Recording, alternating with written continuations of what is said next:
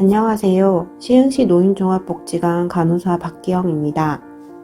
저희 복지관에서는 지역의 여러 의료기관과 연계하여 어르신들에게 다양한 무료 건강검진 서비스를 제공하고 있습니다.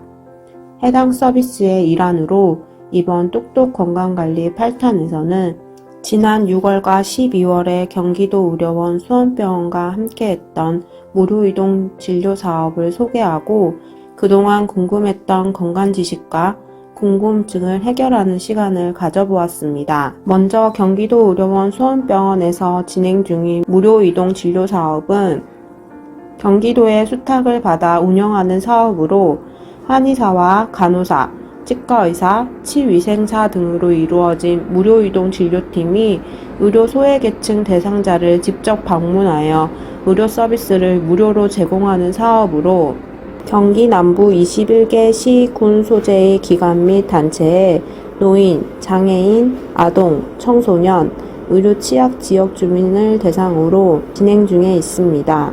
우리 복지관에서도 무료 이동 진료를 통해 한의과에서 혈압 및 혈당, 빈혈, 당화혈색소 검사가 진행되었고 어르신들의 건강에 대한 어려움과 고민을 들어주시며 맞춤 건강 상담을 해주셨습니다.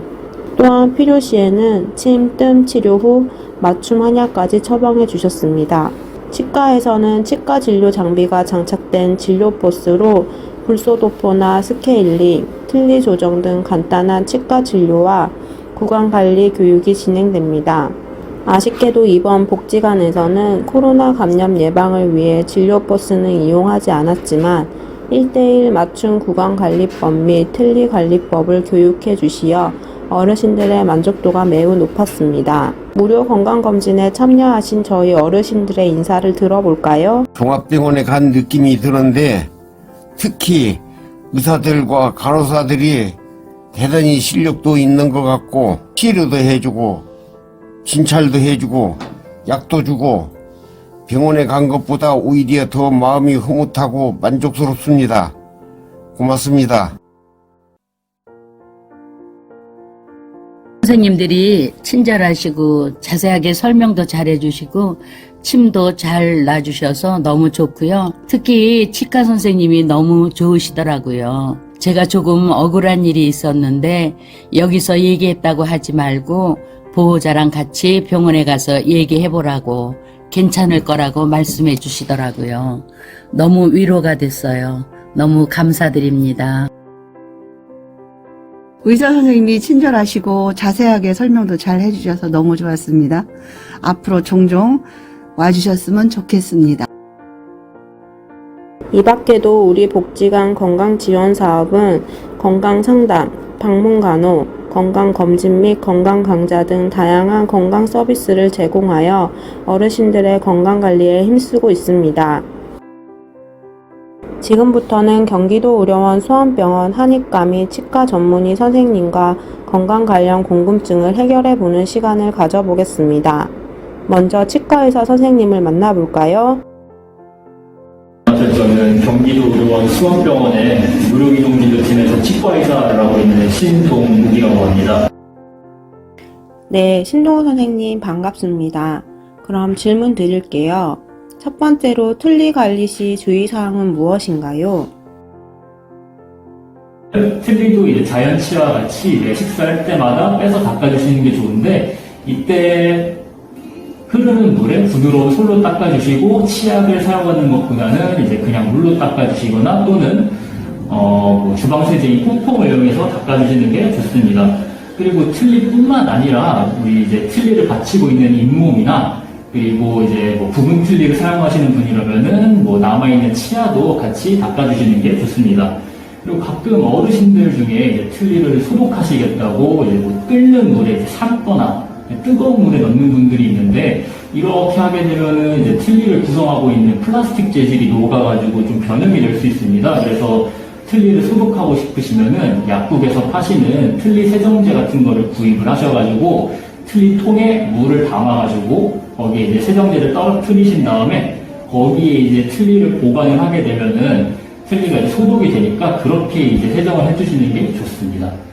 그리고 주무실 때도 이제 많은 치과 의사들이 말씀을 해주시겠지만 틀니를 빼고 주무셔가지고 그 주무실 때 동안은 그 잇몸이 좀 쉬는 시간을, 회복 시간을 주는 게 좋습니다. 그리고 역시 이때도 틀니를 보관하실 때에는 물에 담궈가지고 보관하시는 게 틀니의 변형을 막는 데 도움이 됩니다.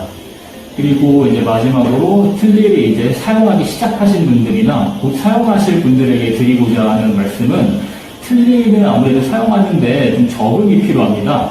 큰 이물감이 이제 입안에 들어가다 보니까 처음에는 이제 뭐 씹는다거나 발음을 한다거나 하는데 좀 불편함이 있을 수 있는데요. 이런 불편함에 적응하기 위해서는 초기에 치과를 좀 자주 가셔가지고 틀니를 조금씩 조정해 주시는 게 좋습니다. 그리고 틀니를 한참 사용하시는 분들이라면은 틀니를 계속 사용하는 와중에도 저희의 사람의 잇몸은 닳게 됩니다. 어느 정도. 잇몸이 닳게 되면은 틀니와 잇몸 사이에 공간이 생기게 되면서 거기에 이제 음식물이 좀 들어갈 수 있는데요. 이렇게 음식물이 들어가게 되면은 염증이나 입냄새를 유발할 수 있습니다. 그러므로 이제 틀니를 이제 처음 사용하기 시작하신 분들이라면은 짧은 간격으로 치과를 좀 자주 가셔가지고 틀니를 자주 조정을 받으시고, 틀니를 이제 좀 사용한 지 오래되셔가지고 어느 정도 적응이 되신 분들도 틀니가 잘 맞는지 확인하시기 위해서 6개월에 한 번 정도는 치과 방문하는 것을 저희가 추천드리고 있습니다. 다음으로 임플란트 치료 관리는 어떻게 하나요? 임플란트 같은 경우에는 이제 많은 분들이 오해를 하시는 게, 이제 식립을 끝내면은 치료가 완전히 끝났다라고 많이 오해를 하시는데, 사실 임플란트는 다 심고 난 후에 유지 관리가 더더욱 중요합니다. 아무래도 임플란트는 임플란트의 주위를 둘러싸고 있는 잇몸이 자연 치아를 둘러싸고 있는 잇몸에 비해서 방어 능력이 떨어지고, 그리고 임플란트 자체의 그 형태적인 한계 때문에 고철물 사이에 음식물이 굉장히 많이 끼게 됩니다. 이러한 고철물이 이제 좀 적절하게 세정되지 못하거나 하면은 남아있는 음식물들에 의해서 염증이 생기는데, 이러한 염증이 생기는 속도가 자연 치아를 둘러싸고 있는 잇몸에 비해서 굉장히 빠르고 그 진행도 굉장히 빠릅니다. 그렇다 보니까 이제 이렇게 염증이 빨리 진행이 되고, 그러면서 이제 임플란트를 지지하고 있는 잇몸 뼈가 녹게 되는데, 처음에 이제 잇몸뼈가 녹으면은 가벼운 흔들림에서 시작하다가 이게 정말 빠르게 시작하면서 결국에는 임플란트를 빼야 되는 상황이 올 수도 있습니다. 그래서 이러한 사태를 방지하기 위해서는 환자분들도 스스로 이제 식사하시고 나서 3분 이상 적절하게 이제 칫솔질을 해주시고, 치아랑 고철물과 고철물 사이에도 치간 칫솔이나 치실 등을 이용해가지고 음식물 같은 거나 이제 치태 같은 거를 적절하게 세정을 해주셔야 됩니다. 그리고 임플란트 치료를 하고 초기에는 한 달 간격으로, 그리고 임플란트를 어느 정도 적응이 된 이후에도 6개월에 한 번 정도는 치과를 방문하셔가지고 방사선 사진을 찍어가지고 이제 임플란트 주위에 잇몸 뼈나 잇몸 상태를 확인하고 임플란트 스케일링을 받으셔가지고 세정을 적절하게 유지해 주셔야 합니다. 마지막으로 노년기 치아 관리가 중요한 이유와 방법은 무엇인지 말씀해 주세요. 네, 나이가 들수록 아무래도 이제 치매 분비량은 감소를 하고 잇몸도 점점 내려가게 됩니다. 치매 분비량이 이제 줄어들다 보니까 치매의 주요 주요 기능 중에 하나인 세정 능력이 떨어지면서 치태와 치석이 좀 많이 끼게 되고, 그리고 잇몸이 내려가게 되면서 아무래도 좀 충치의 약한 부분인 치아와 뿌리의 경계 부분이 구강 내에 좀 많이 노출이 되게 됩니다. 이렇게 이제 충치에 약한 치아 부분이 노출이 되고, 거기에 이제 치태와 치석이 많이 끼게 되면은 치석 내에 있는 세균이 치아로 쉽게 침투를 해가지고 그 뿌리 경계 쪽에 이제 충치가 잘 생기고 그 부분이 이제 굉장히 시렵게 될 수도 있습니다. 뿐만 아니라 이제 치태와 치석 속의 세균은 잇몸 쪽에 염증을 일으켜가지고 잇몸을 붓게 하고, 그리고 잇몸에 있는 뼈를 녹여버릴 수도 있습니다. 이게 이제 잇몸뼈를 녹게 하는 작용이 좀 심해지면은 치아가 흔들리고 결국에는 치아가 자연적으로 빠질 수도 있는 상황이 좀 벌어질 수도 있습니다. 그럼 이런 것들을 좀 예방하기 위해서 노인분들도 입술질 같은 경우에는 하루에 3번 정도 매 식사하시고 30분 이내에, 그리고 자기 전에 반드시 해주시는 게 좋고, 그리고 역시 치간 칫솔이나 치실 등을 이용해가지고 치아랑 치아 사이를 좀 깨끗하게 해주시는 게 좋습니다. 그리고 좀 구강 내가 건조해지고 침 잘 안 나는 것을 방지하기 위해서 물을 좀 자주 드셔주시고, 그리고 음주나 흡연을 좀 하시는 분들이라면은 좀 줄여주시는 게 좋습니다.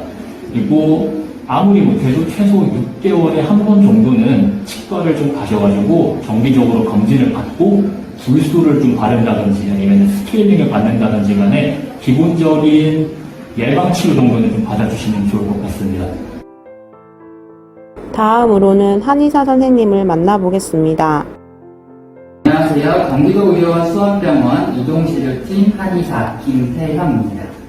네, 김태형 선생님 안녕하세요. 그럼 어르신들이 많이들 궁금해하시는 질문 드릴게요. 첫 번째로 한약과 양약을 함께 복용해도 되나요? 네. 환자분들께서 혈압약, 당뇨약을 비롯해 다양한 양약을 복용하고 계신데 한약과 함께 먹어도 괜찮은지 궁금해하시는 분들이 많습니다. 이미 많은 분들께서 다양한 질환의 치료를 위해 한약과 양약을 병행하여 복용하고 계시며 한국한의학연구원에서 발간된 한의 임상 진료 지침에서는 고혈압 치료에 양약과 한약의 병행 치료를 권고하기도 하였습니다. 일반적으로 식후에 약을 드시는 경우 양약을 드신 뒤 20분에서 30분 정도가 지난 다음에 한약을 복용하시면 됩니다. 다만 어떤 약을 복용하고 계시느냐에 따라 다를 수 있으므로 반드시 담당 한의사와 상의하시기 바랍니다. 다음으로 한약을 복용하면 정말 살이 찌나요? 한약을 먹고 지나치게 살이 쪘다는 얘기를 한 번쯤 들어보셨을 겁니다. 그러나 한약이 지나칠 정도의 체중 증가의 직접적인 원인이 되지는 않습니다. 다만 위장 기능이 떨어져 있던 분이 소화 기능이 좋아졌다거나 비염을 갖고 계시던 분이 냄새를 잘 맡지 못하다가 후각 기능이 돌아와서 식욕이 좋아졌기 때문에 식사량이 많아지면서 체중이 증가했다거나 이러한 경우는 있을 수 있겠습니다. 마지막으로 침 치료의 주기는 어떻게 되나요? 침을 일주일에 몇 번 맞는 것이 가장 좋은지 궁금해하시는 분들이 계신데요. 한방병원에서 입원 치료를 하는 경우 하루에 2번 침 치료를 받기도 하고 일반적으로 통원 치료를 하시는 경우 일주일에 2번에서 3번 정도 침 치료를 받게 되십니다. 일반적으로 급성이고 증상이 심한 경우에는 침 치료의 빈도를 짧게 잡는 편이며 만성적이고 증상이 그렇게 심하지 않은 경우에는 일주일에 2-3번 정도의 침 치료를 받게 됩니다. 그러나 어떤 질환의 치료를 목표로 하는지, 현재 약물 치료나 순환 치료 등 어떤 치료를 병행하고 있는지, 또 환자분의 건강 상태가 어떠한지에 따라서 의사의 판단에 따라 달라질 수 있습니다. 네, 선생님들 친절한 답변 너무 감사드립니다. 우리 어르신들 오늘 영상이 건강관리에 많은 도움이 되셨나요? 함께 해주신 경기도 의료원 수원병원 의료진 분들께 감사드립니다. 그리고 가장 중요한 점, 시흥시 노인종합복지관 2층에 위치한 기능회복실에는 저 박기영 간호사가 언제나 어르신들을 기다리고 있습니다. 언제든 편하게 찾아와 주세요. 이상 똑똑 건강관리 8탄을 마치겠습니다. 감사합니다.